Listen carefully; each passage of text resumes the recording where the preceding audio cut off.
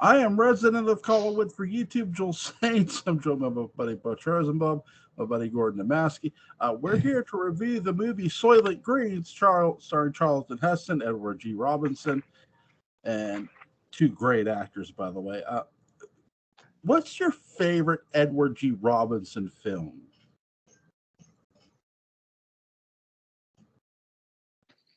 I don't know if it's this one, but he sure does give a hell of a performance in this one. Probably Double Indemnity. Yeah, that is a great movie. That's a movie we need to do eventually, but I own that. Yeah, I would say I'd have to say Double Indemnity and The Stranger, because he plays kind of a similar role in both, but it's he's good at playing the guy who's going to find out what's happening no matter what. Key Largo was another really good one. I own the Blu-ray. Yes, great movies. I love those movies you both mentioned. Two of my personal favorites, I Am the Law, which was really good. He played the professor who was fighting law. And my personal favorite, because he's hilarious in it, is Larceny Inc. If you've ever seen Edward G. Robinson dressed as Santa Claus smoking a cigar. You can, that's a beautiful image, let me tell you. I'm going to admit something. I've never seen Little Caesar all the way through. Yeah. It's just one of those things that's kind of fell through the crack. I mean, it's like I want to watch it, but it's just not like, oh my God, I've got to watch it. You have. Here's the thing too. It's not one of it. It's a good movie, but it's not heavily shown either, which is weird. Like if you can catch it on TCM, watch it. You know what I mean? So, or if you can find it on somehow by the grace of God, or the people who release DVDs these days, yeah, buy it.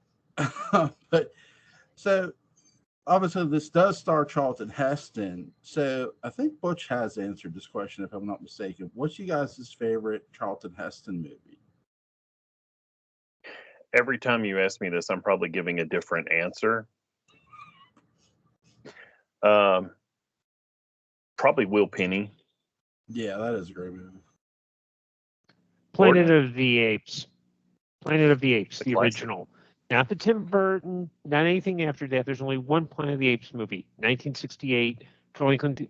Scheffler. That's my favorite Heston movie. Tell me about this Tim Burton woman you speak of. No. He's a hack. He's somebody you don't want to see any of his movies. He specializes on like quirky goth people. He's a hack. Just avoid him. I grant you every point you just make, but I'll say there's two movies of his I like, and both of them star Michael Keaton, Batman and Batman Returns. The rest of it, I could live without. I remember going to see the what was it, 99, 2000, his version of Planet of the Apes, and I was like, okay, all right, let's see what he's doing. And I was just like, what the hell is this? Yeah, I think that was, and we should probably get back to Soylent Green, but I think that was when he decided that he's going to take a familiar franchise, put his stamp on it, and release it as if like the people were waiting for this. I just hope he never does Soylent Green. I hope he never does Soylent Green. Yeah. Maybe one day we'll get to the Christopher Nolan rumor that is floating around about The Prisoner. But for now, we'll do Soylent Green. Really, really great movie. How it starts. I like the murder we get in the beginning. It's not your typical like murder victim story. How this starts off, really, the guy more accepts his fate, accepts the reality that he's gonna die, which. This was really the first sort of movie I saw that was like that. What did you guys think of that? Gordon? Well, I think because this was part of one, there was a, I think because there was that wave of movies where it's kind of that conspiracy, somebody dies that kicks the whole thing off. And I think that once you get to the end and realize what's going on, you can see where, of course, he's accepting it because he knows the truth. He knows it's like, okay, if this is what's going to happen, it's going to happen. And so I think it's a way to kind of set the movie off in a probably a different direction than the usual crime. You know, there's something weird going on, but the person's not quite innocent. It's, you know, I think it gives it a slightly different tone. Yeah. I was struck by how much it reminded me, the setup of that, the opening victim and the investigation into his murder, how much it reminded me of Watchmen, the comic book, and the movie. And like Gordon said, both of the victims you find out aren't innocent by any stretch of the imagination, but by the same token, and you see it a little bit in the movie, and maybe I just read it into it in the comic book too much. Much like not Santini, Joseph Cotton's character, they both kind of just accept it. They're like, yeah. Both men have, as we will reveal during this video, both men have been broken by what they found out and what is going on in their world. And sure, they're like, okay, but it's the comedian in Watchmen puts up a more of a fight, but still, it's just like, I always think of that scene in the movie where he goes, "It's just a joke," and he just throws him out the window. And that it makes me think of both these movies. That makes me think of both of these movies. Mm-hmm. Yeah. So Charlton Heston's character, he's investigating the murder. As always, Heston gives a very, very great performance. Edward G. Robinson, though, almost steals this movie a bit from him in some ways. Just even before his death, like when he goes to the library and he's researching the stuff, I'm thinking, yeah, he does a lot of work for an old guy. And I really like the scene where he's on the bike in their room. This movie, Or when when Charlton Heston comes back and it's like, here's some paper, I brought you pencils.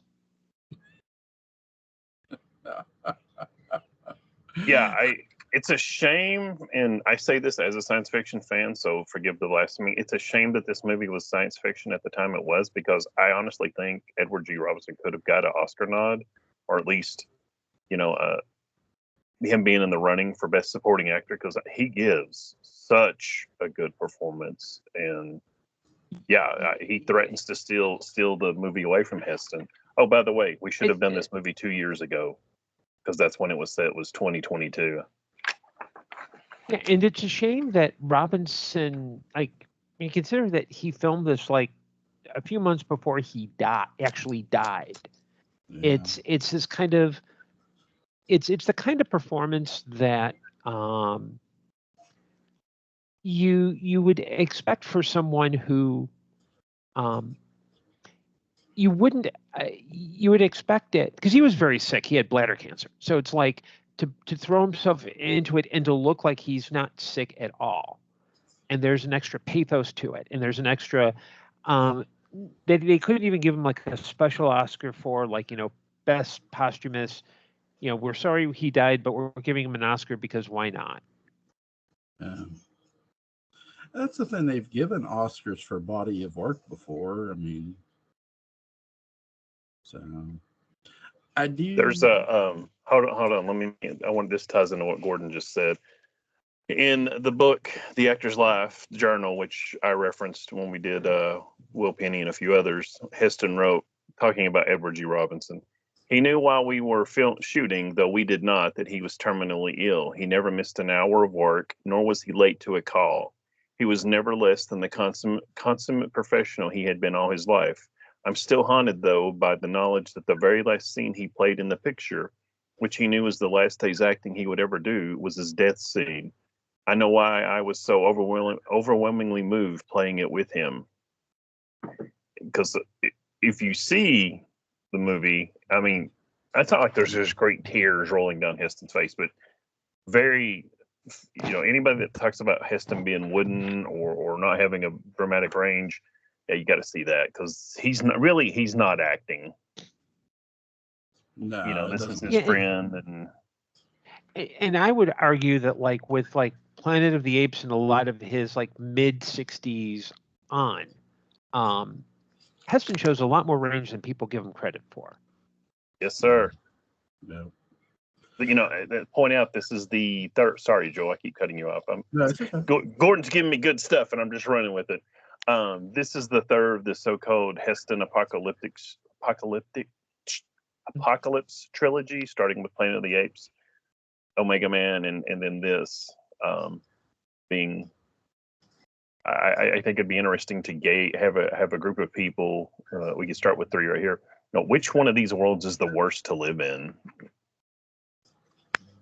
Yeah, the first one of these I saw was Planet of the Apes because my grandfather said, he goes, you have to watch Planet of the Apes. It's a really great film. I'm like, okay. And, you know, when my grandfather, he wasn't shy about what he was showing me. And great film. I did find out in that movie Heston had lost his voice before, like, where he gets hit in the throat. He actually did lose his voice during filming. Just like, and that's why it's so scratchy when he does the "take your stinking paws off me" line. He's still having a little bit of. Mm-hmm. Yeah, and I'd have to rewatch Omega Man because I don't remember it, but I think with like Planet of the Apes and this one, you can actually see that there's kind of an arc to Heston's character.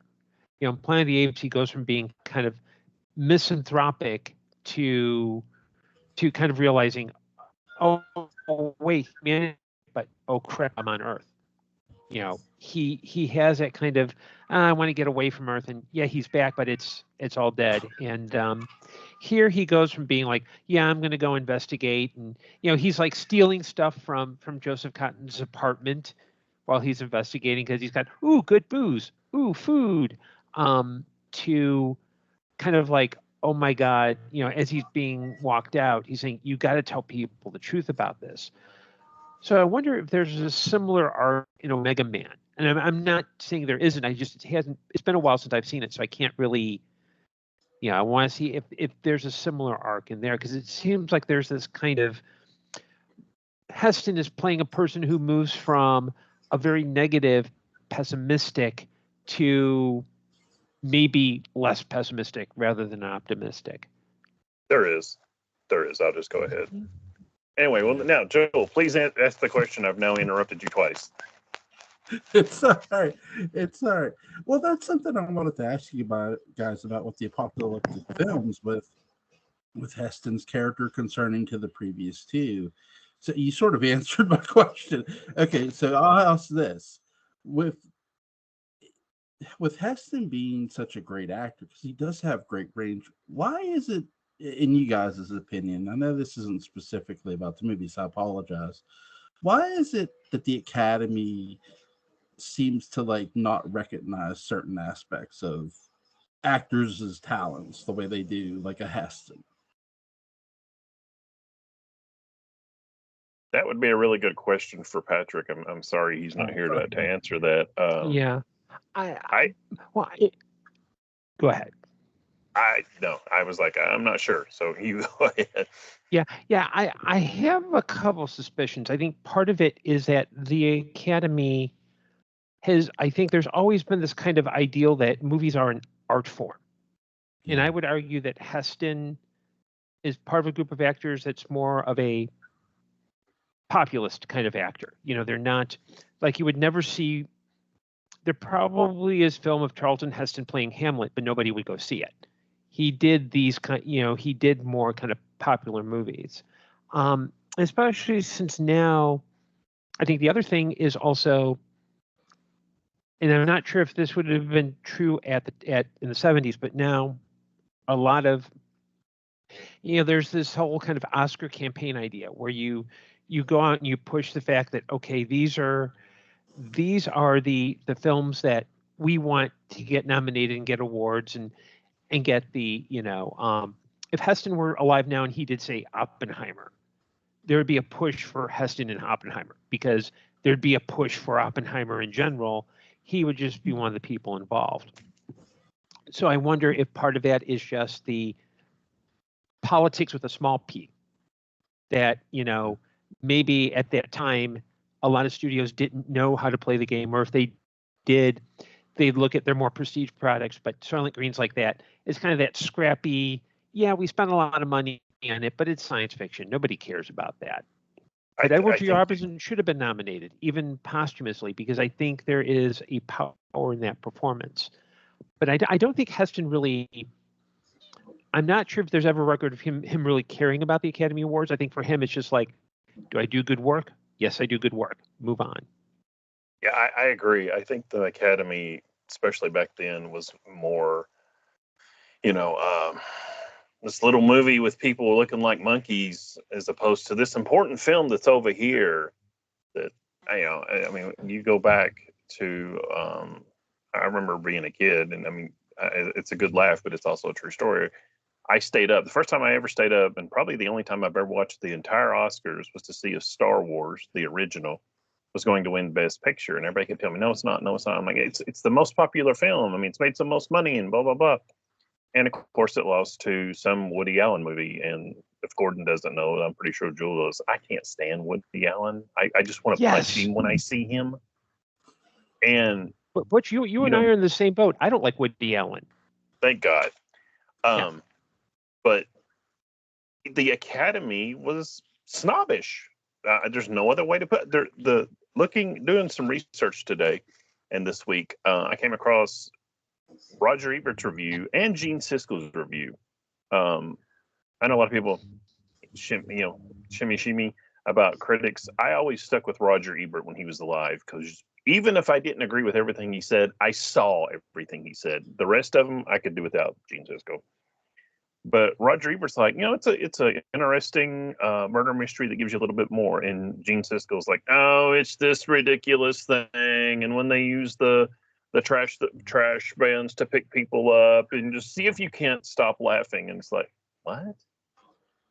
To me, Gene Siskel is the Academy back then, up until, I don't know, gosh, knots or teens, when they finally started letting some things in. And Roger Ebert's more, Roger Ebert just championed the film Dawn of the Dead, the original 1978. And that was unheard of back then. So I don't want to say one's establishment and one's anti-establishment, but I think Gordon's hit the nail on the head. It's just they were, whatever term you want to use, they were a little bit snooty. So when you do these kind of movies. And to do some additional dishing on Siskel and Ebert, there's a great book out. I forget the author's name, but it's called Opposable Thumbs, which is all about them and their relationship. The way they got into film criticism is that Roger Ebert wanted to be a writer. He actually wanted to be a screenwriter. So he did film criticism as kind of like a side gig. He got involved in college. He loved movies with the intention of being a screenwriter. And then once, after he did Beyond the Valley of the Dolls for Russ Meyer, after, like a year or two after that, the Sun-Times told him, you got to choose, either a screenwriter or you're a critic. So he chose being a critic. Gene Siskel got in as into movies as part of the Army Reserve. And what he really wanted to do was he wanted to be a color commentator for the Chicago Bulls. And like, I remember as a kid seeing him on Channel 2 News, the CBS News, backstage with the Bulls after games. And this was when this was pre-Michael Jordan. So it's like, you had to be really hardcore like I was to like the Bulls. And I think there's that kind of, it's the idea between movies as a higher art form and movies as a unique form that does its job well. And if I think Ebert understood, like Ebert's line about movie criticism, which I take to heart, is movie criticism isn't just what the movie's about, but why it is about it. And I think Siskel was more of the like, the big scoops coming up. Well, this is about overpopulation in the future. What are you going to do when your technology runs out? You're going to use big scoop. It's not like, especially in the early 70s, your idea of high tech was a lot different than what we have now. Like, they couldn't think of cell phones or anything else. So yeah, that's the thing. Like, when you filmed a futuristic movie back then, you had to work with what you had. And it's like, so I never tried to be too judgy on watching an older film, no matter what I was watching. I just tried to appreciate the story they were telling. And this is just another one of those movies. I appreciate the story. I really do, because the one thing they got across to me with the overpopulous scene is that it was overpopulated. This felt just as dangerous, like with the overpopulation, as the overpopulated prison from Escape from New York. It's like, it's crazy. What did you guys think of that? All because that's a lot of extras they have. Yeah, I was watching it this night. I almost said tonight, and a couple things that struck me. That was one of them. Was like I was that big scene where the guy's like, yeah, they're about to run out, and Heston's like, when are you gonna tell him? And he's like, when I work my nerve up. But just so many people, and that scene, that and seeing the people on the steps of the building, sleeping on the steps and in the floors. It really drives it home. I remember when I was probably teenager reading a book talking about science fiction. It was talked about this one, and it talked about the book was written that I was reading, not the book that this is based on, which we'll get into in just a moment. Joel provided, of course. At the time, overpopulation was a real threat. According to my research online, birth control was only legalized in 1966, Supreme Court case of Griswold versus Connecticut.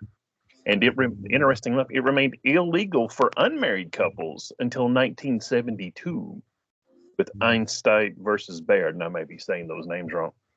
And that is something that stuck with me. Has stuck with me my whole life about this film is you look at that back then, that was a big worry. How are we going to feed all these people? And how, I think that's around the time that we started hearing about, I at least, of course, I was born in the late 60s, hearing about how China said you could only have 2 kids or 1 kid or however many it was, and thinking, well, you may have to do that. And so I think that's one thing. It's shown, it's mentioned, but it almost should be shoved a little bit more to the front about the overpopulation, because I mean it says it's New York City in 2022 and the population was 40 million in the film. I looked it up. According to the internet, in 2022 the population of New York City was 18 million. So in a way, talking about looking at old films and trying to tell the future, they couldn't tell what was going to happen, but it's a very scary theme in this film, and it does. I kind of wish to make a bigger deal out about it, because not that it needs to push anything else away. It's just I don't think that people necessarily grasp what this movie's really saying, among other things. And I think too, I wonder if maybe there were higher ups who, when there were versions of the script coming up, they're like, hey, we need to tone this down a bit, because I know the original novel that this is based on is written in 1966 but took place in 1999. Let's make it further out. Yeah, but I do think, just from in terms of even though it doesn't push the idea of overpopulation, I think it really kind of sets up the idea that, things are kind of scarce. I mean, there's a riot over food. I mean, there's one woman who's got her Soylent crackers saying, "They only gave me 3/4 of a kilo. They only gave me this," and it's one of those things where everything is suggested through dialogue. Because there's a whole segment where Heston's talking about, the farms are locked down, everything else is hard to get at, and I think they probably leaned into it as much as they could, but there's probably huge amounts of pushback, simply because it's like, we're a science fiction film. We don't want to bum people out. But this came out in 72 when, yeah, the country was bummed out and probably should have been more bummed out. I mean, this movie, this movie could have been made about 10, 15 years ago, set at the, set in 2040, and beat for beat, it would be kind of the same film. Yeah. You know what I mean? It would hit some of the same tones. I mean, I think, I think part of the challenge with this film and why I think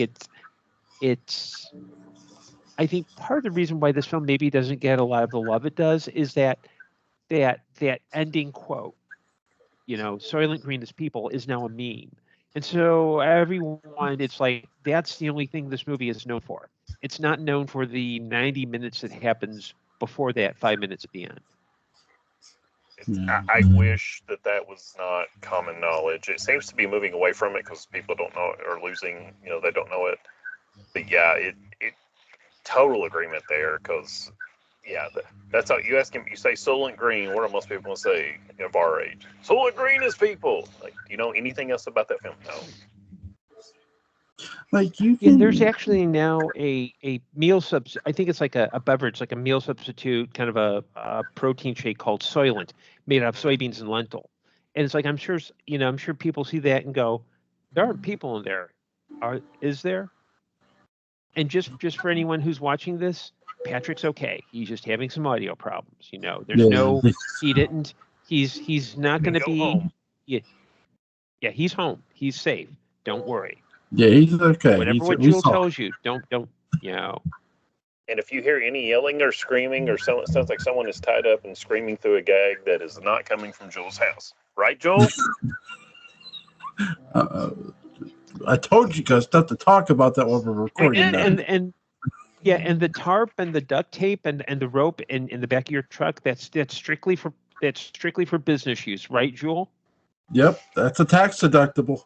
I can't believe you said that, because one time I used to work at Walmart, and I had helped a friend move a vehicle, and the rope we had broke, so I needed some rope. I had, I don't know where you all live, but in Tennessee, if you have something sticking out the back of a vehicle, you need to tie something red to it so people can see it. Well, I had left my red rag up there. I need a rope, a rag, and I was out of duct tape. So I stop at Walmart at like 2 o'clock in the morning, and I've got rope, tape, duct tape, and a bandana. And the cashier was a friend of mine. She's like, "You're not kidnapping anybody, are you?" And I looked at it and I was like, "Oh God." And Felix does it. So, "Oh, by the way, where's the chloroform?" True story. I didn't even realize what I had. I didn't think about what I had. I'm not going to say that the town I saw was the worst town in Pennsylvania ever. I'm sure Centralia, if it still were a town, could have that one. But when I took a bus ride to one day, the bus that I was riding went through Brownsville. And I had not seen Brownsville since I was a teenager. And I saw it more recently as an adult. It looked so run down. Some of the buildings were like falling apart. And you seen some people were living on the streets. And it's just like, it somewhat reminded me of Soylent Green a bit.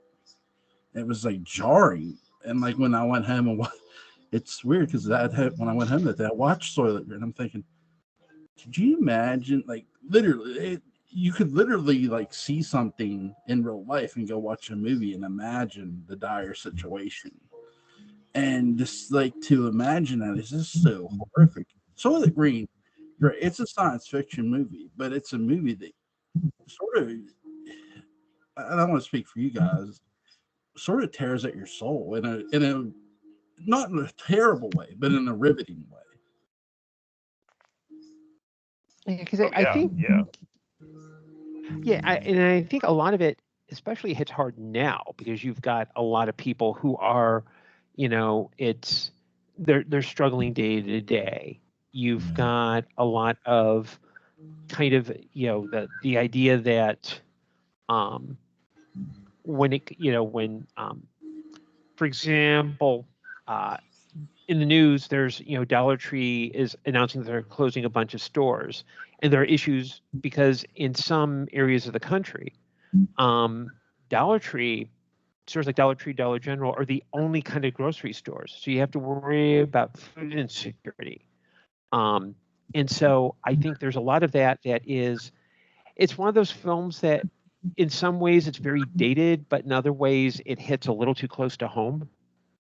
Yeah. And I think it's not meant to be a documentary. I mean, it was meant to be kind of at the very least, a finger wagging cautionary tale. This is what we got to look out for. And fortunately, except for people being made into crackers, we're kind of living in Soylent Green time. Maybe not as bad, but it's that kind of desperation and that kind of, where, food is being, where food is scarce. Where people are, they're moving away from. The only difference is back then they couldn't see, where now we have like organic food and stores like Whole Foods. But I think there's this, since we're living through some very, for some people, it's very bleak economically. It can hit a little too close to home. So kind of what Jules says, there are places that are really dealing with these issues on a very fundamental level. Yeah, they really are. And the guy who gets murdered at the beginning, who just accepts his death, and you have a guy like Heston who's investigating his murder, and then the fact that Edward G. Robinson's character, when he looks up all the information, he's just in he's ready to check out too. Like, he's like, okay. And like when Butch talked about that scene, but that scene, you're right too, Butch. He doesn't look like he's acting at all. Like, he's not. Like, he's very Heston and his character at the same time are both very emotional. They're very raw, but you appreciate it all the more as an audience member when you're watching it. Yeah, it's funny. This movie is very death centric. There's a death that kicks it off. There's death all the way through it. I mean, it's not Night of the Living Dead, but no pun intended. But Edward G. Robinson's death, assisted suicide. Going home is the term they use. Mm-hmm. It does, like Gordon said, that there's a lot of what is going on in this world. That one of the film is told to you in dialogue, and there's implications. Because I don't know how many people caught it, but there's a point where I think Edward G. says to Heston, "Can you read?" And Heston says to Chuck Connors, "Can you write?" So the implication is most people can't read and write, because the assassin, if you will, that they sent, he goes, "Do you remember have you got the words memorized?" He's like, "Yeah, but I don't understand them." So you've got probably an incredibly large population that can't read. Yeah. And then you've got the books, which is Edward G. Robinson's character's job, who are investigators for, I guess researchers more than, I guess Heston would be the investigator, but anyway. So you've got an overwhelming population on the earth. You're running out of food. There's too many people. There's nowhere to put them. Most of them can't read. I mean, the scenes with all the cars and people living in deserted cars. Because recycling wasn't that big, because you would think, well, why don't they take that and build something else? But, and, everybody takes away from this film, I think they take away the simple, horrible part where, what Soylent Green is being made out of, which is the deceased bodies. But they also, the even harsher implication, well, it's not even implication, when he goes to his group, the council, they tell him the oceans are dead. There's no plankton. Earth is dying. There's about to be a mass extinction event on that planet, and I don't know if anybody's going to survive it. I don't care how rich you are, because think about that. The plankton, there's no plankton in the ocean. There's nothing for the fish to eat, and it just works its way up. This planet is probably going to die. And there's, Go ahead. Mhm. Sorry. And yeah, and it's the idea that things are so bad that it's not just, hey, we're eating our own dead. But when you consider that Robinson, his solution to, okay, we need more evidence to make sure this gets reported to the Council of Nations, is for him to say, okay, this is heavy on him. He needs to get Heston involved. I'm going to go home. He goes to himself, and I think this movie proves that Dick Van Patten is not the nice guy we know him to be, because he's the guy who takes Edward G. Robinson. So, but the things are just so bleak that it's like even cannibalism seems like a logical, rational kind of option. I mean, it's not like, and it's just the idea that things are so bad that human life is cheap.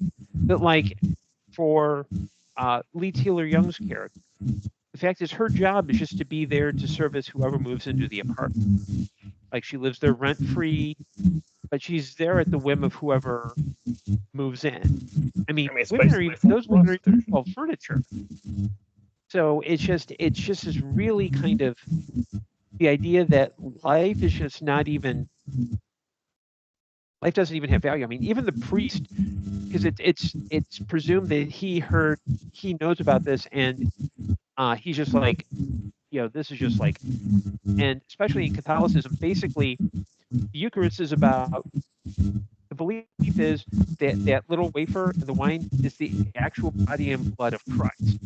So for a priest to, it's like, okay, so we're eating Jesus meat as part of religion, but we're eating each other as survive. That's just got to be mind blowing. That knowledge, every character it hits, it breaks. It breaks Joseph Cotton. It breaks Edward G. Robinson. It breaks the priest, Lincoln Kilpatrick. Which, by the way, Joel, the priest, the actor also played Zachary in Omega Man, the one talking about the honky paradise. It's the same actor. But, yeah, it even breaks Heston's character Thorne to a certain extent, and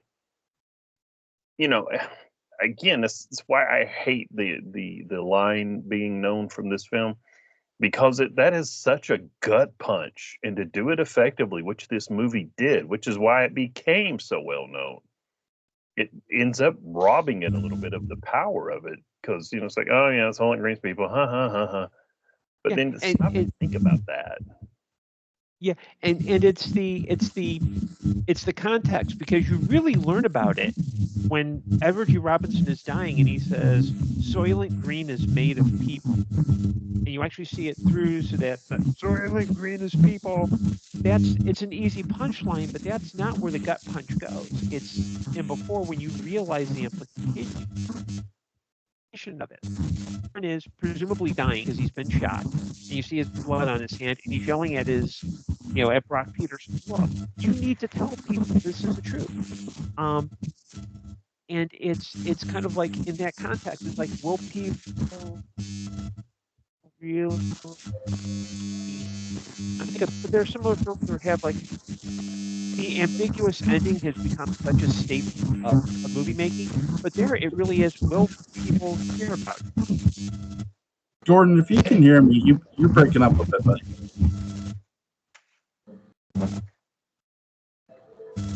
Can you hear me now? Yes, I can hear you now. Okay, I had to unplug and replug in, because I get this end. There's all sorts of. It sounds like there's a radio on in the background. Yeah, I've heard that too. I don't know if it's. Okay, I thought it was maybe just me. But it's not the whole time. But going back to your point, yeah, that's one of my notes here. Is I wanted to ask you, does Thorne get the word out? Does he die from his wounds? Will there be a significant population decrease? Will mankind die off? Will the Earth die? What do you think happens after the film ends? Let's be nice. Let's start with Joel. Joel, what happens after this movie ends on that planet? Oh my God. I'm gonna. I hate to do this. I'm gonna pick the negative ending. I think they all. I don't think they ever find out about Soylent. Think it I gets don't. covered up. Yeah, I think Heston's character gets killed in surgery, so to speak, and they just make him Soylent. I think they go. To me, they go for the dark ending. I mean, because movies, to me, some apocalyptic movies work best with a darker ending. I mean, there are movies that we watch. We can say doom is imminent, like Night of the Living, like George A. Romero's Night of the Living Dead. But for this movie, let me pick another movie that has a really bad ending.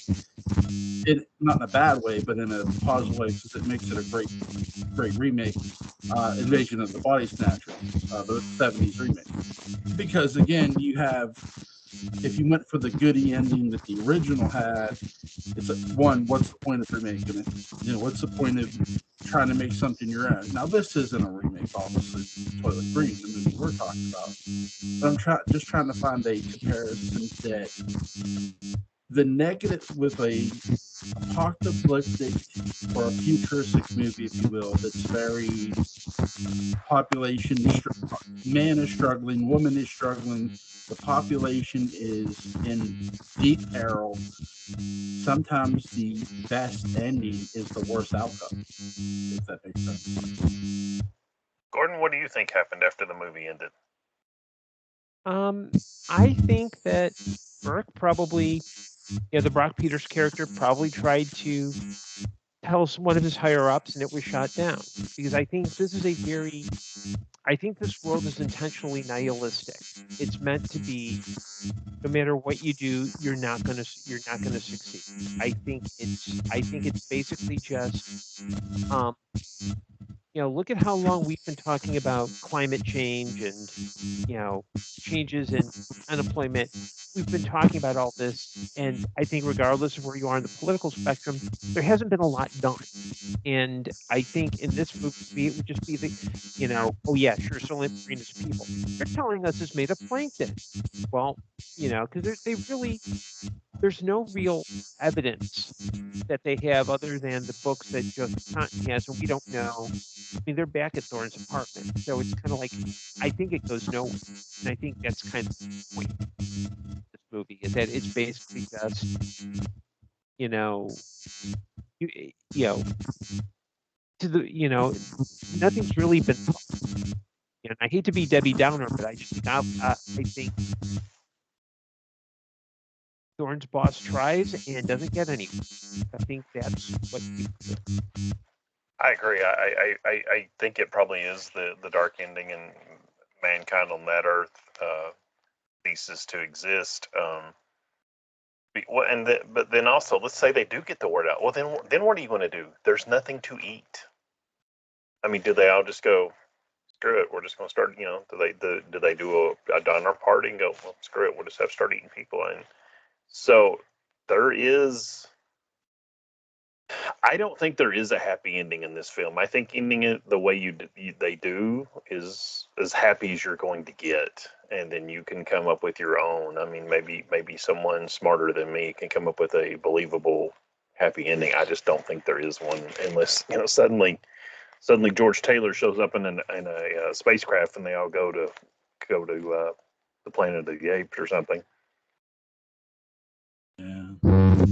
What's you guys' favorite scene in this movie? Gordon? My favorite scene. I'd have to say the Edward G. Robinson death scene, where he's seeing all the films, they're playing music, and then Heston comes in, because I think it balances that kind of beauty and elegance, and there's the right tone with the exchange of information. So I think it's maybe maybe the only really warm scene. The warmest kind of scene in the movie, because every scene between Robinson and Heston is warm and friendly and caring. I think that's probably the best of it, especially knowing that Robinson died 3 months after filming. It's a real resonance to it. I don't know if it's my favorite, but it's definitely the best scene. And there's a small callback to the beginning where they're Robinson and Heston are talking, and Heston tells Robinson, I love you, old man, or something to that extent. And then there's Robinson dying on the table, and he goes, I love you, Thorne, and he goes, I love you too. I mean, and it's very touching. Here's two guys, here's two actors known for macho he guy roles, and they're just telling they're telling their friend that they love them, and it's like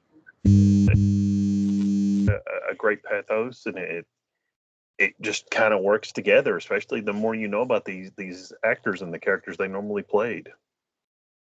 By the way, here's some trivia for you. The music playing when Soul is going home includes music from Tchaikovsky, Beethoven, and Grieg. If you want the specifics, you can go to it's on Wikipedia and it's also on IMDb. I'm bad with my German, so I didn't write them down to try and say it, and so someone that can actually speak German. My favorite scene in this movie is just all the extras. The when they tell them, hey, when are you going to tell them the food's going to run out? Really, just the fact that they had all those extras for this movie, and I get, they're supposed to, but the fact that they pulled it off, and it was such a very beautiful shot with all those people, and the way they did the close-ups, the way they did the pullback, beautiful, beautiful job by the filmmaker. I think you just made me think of what probably is my favorite scene. It's when Heston goes into Brock Peters' office. I believe it's the first time, and they're going over the cases, and he's like, "Well, you know what time it is?" He's like, "I don't know. You're the one with the watch." And Brock Peters goes, "Yeah, it doesn't work." And Heston's looking at it, and they start going over the cases, and Heston's like, "Oh, yeah." He goes, "You know what I think?" I think he calls him. I think he's Lieutenant. He goes, "You know what I think, Lieutenant?" He's standing up. He goes, "No, what?" And he turns around and throws him his watch. He goes, "I think it's really broke this time." And I just like the fact. You start the scene off referring to this watch, and he's looking at it through the whole scene. It's like he's working on it and stuff, and they're still talking, having a whole other conversation. And then at the end of it, he just brings it back around, and it's an amusing scene. And Brock Peters, I mean, everybody knows that I can speak for me, and I can speak for Patrick. We're both fans of Charlton Heston's acting career. Brock Peters is so criminally underrated. I think he's one of those actors. If he's in a movie, it's like, oh, okay, let's see. I do call him Grandpa Joe from his time on Star Trek Deep Space Nine. I'm like, ooh, what's Grandpa Joe going to do? Just because he's got a great voice, he's got a good face, and he's a great actor, I think, and just doesn't get the credit that he should. Is there anything you guys want to add about the movie at all? You're muted. Thank you. My second favorite scene is it's short and it's got personal resonance, which is where Chuck Connors goes into the confessional and the priest opens the door. Bless me, Father, I have sinned, and Connors shoots him through the screen. Only because I grew up Catholic, and those confession booths are scary, and I've always wanted to do that. Especially since the priest might say something like, you have beautiful thighs, and if I said you had a beautiful body, would you hold it against me? And for a 10-year-old kid, that's just freaky. And that one's for you, Patrick. Got anything else you want us to say? Is that what you said, Joel? Let's step back. I got some things for you. Edward G. Robinson was almost totally deaf. His dialogue scenes had to be filmed several times before he could respond like he was actually hearing them.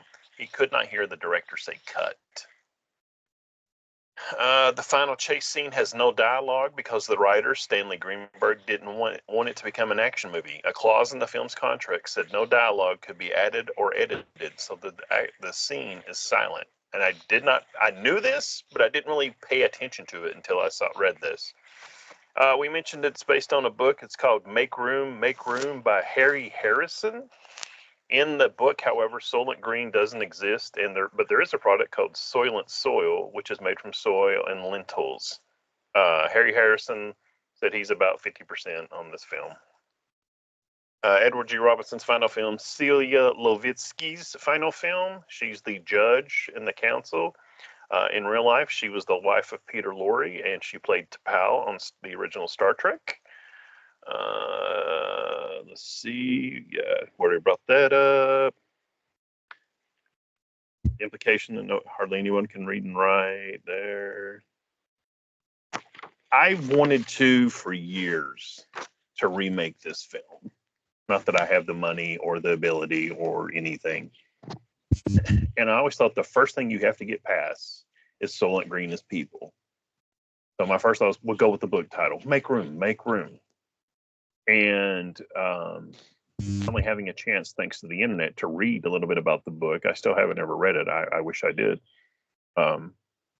As there is no Soylent Green, I keep thinking, actually adapt the book, because it starts with a murder and there's a detective. His name's Andy something. So I don't think you should, quote, remake this film. Okay, Joel? Mm-hmm. I'm just telling you guys what I give this film. 10. And in the Actor's Life Journals by Charlton Heston, he mentions this several times, talking about make room, and the build up to it. I did not have time to read as much as I wanted to on it, but this was a project he really wanted to do. And, I guess probably after Ben-Hur, starting with Planet of the Apes, in my mind, he started taking some chances, because it's like, okay, I won the Oscar, now I can do whatever I want. And he started making some really interesting films.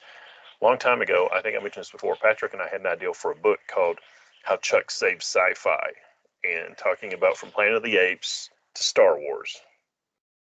And, specifically, starting to focus on Planet of the Apes, Omega Man, and Soylent Green, and how science fiction, went from, 1950s and early 60s to Star Wars.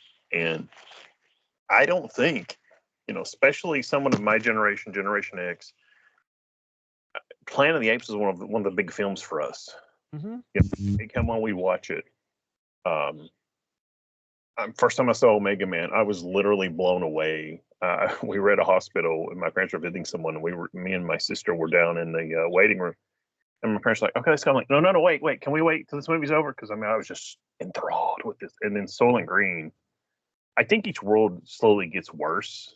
There's hope for the regular humans in Planet of the Apes. I don't know how much, but there's some. There's a little bit of hope in Omega, less. And my take from this film, there is no hope. Everyone is going to die soon. Mm-hmm. So I said something earlier about which world would you want to live in. This is the one I don't want to live in.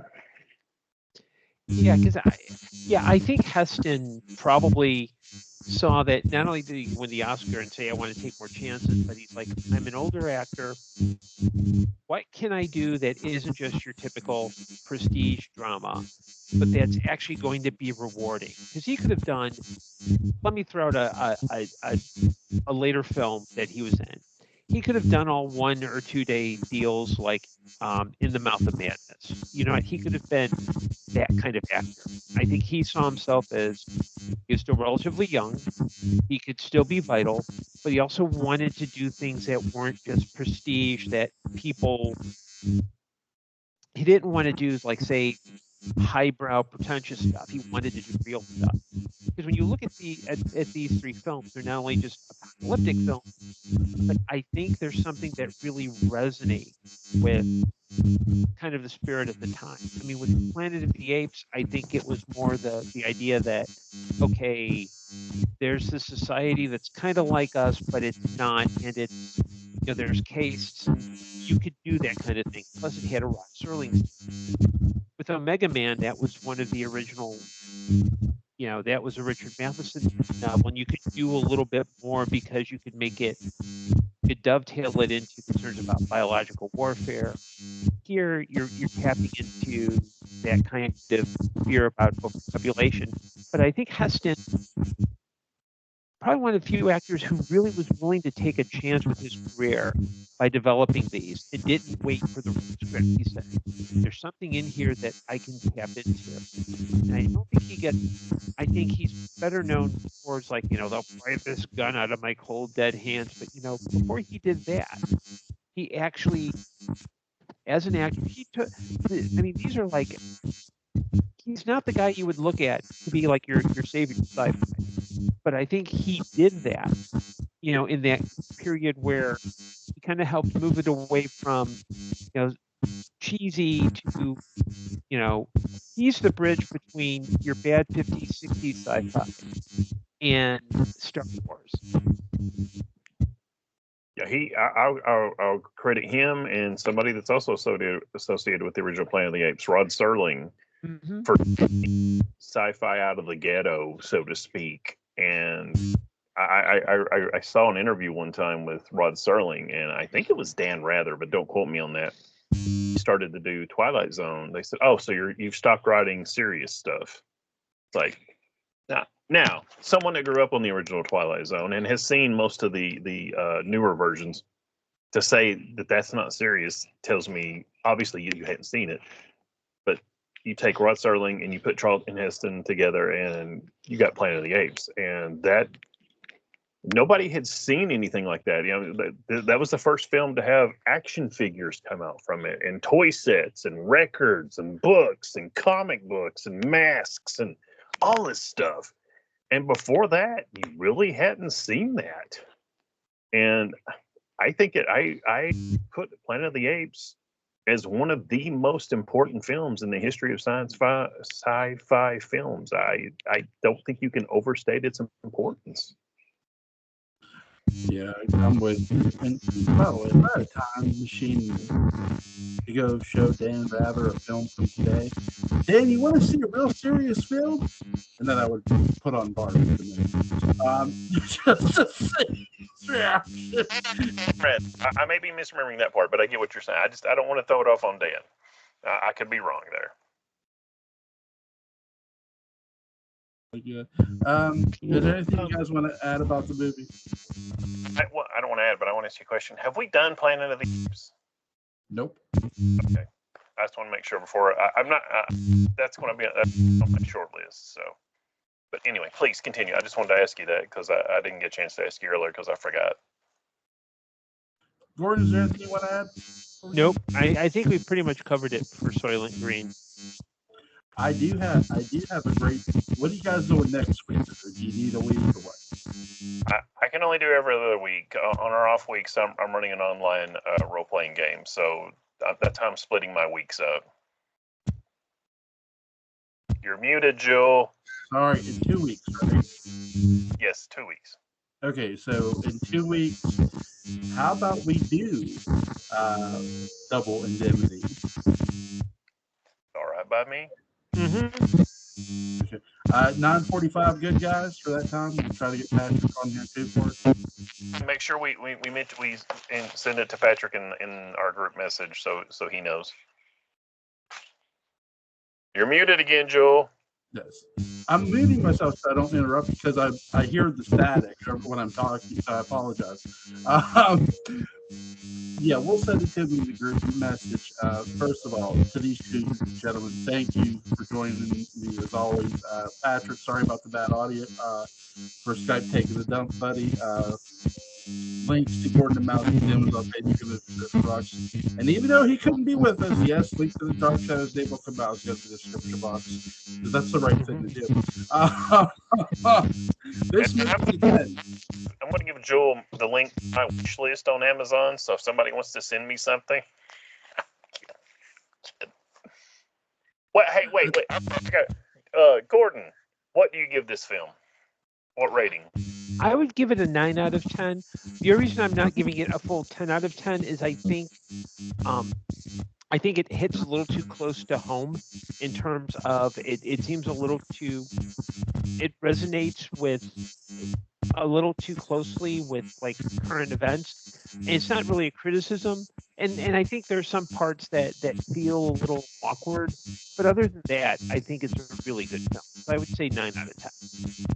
Joel? 10 out of 10. Butch? I'm with Gordon. 9 out of 10. This is a classic. If you've not seen it, hunt it down. I believe it's on the Internet Archive. If all you know, please, folks, please, I'm begging you, please, if all you know is Soylent Green is people, watch this film. This film is so much more than just that one line. The reason you know that is the same reason you know that the Planet of the Apes is the Earth and that Norman Bates is the killer. It's such an effective way to tell this story. It's such a powerhouse gut check. But this film is so much more than that. And I will tell you, and I was surprised by this rewatch. It seemed like it went a little slow, but it's one of those, slowly, and then it builds and it builds and it builds, and it's never an action film. It's not. It's a detective film. Just it happens to be set in sci-fi. And like I said, Soylent Green people, please give this a shot. This is such a fine film, and it deserves more and a better reputation than it has. I do hope they do a 4K of this movie. That would be really good. Because I got my wish list. Once Upon a Time in the West 4K coming out. I pre-ordered that sucker so fast. I literally hugged Julie's leg and said, "Please, please." And yeah, there's probably videotape of that somewhere in my house. So, guys, again, thank you so much. I'll see you guys in 2 weeks for Double Indemnity. Have a good weekend, guys. Not all. Guys. Bye.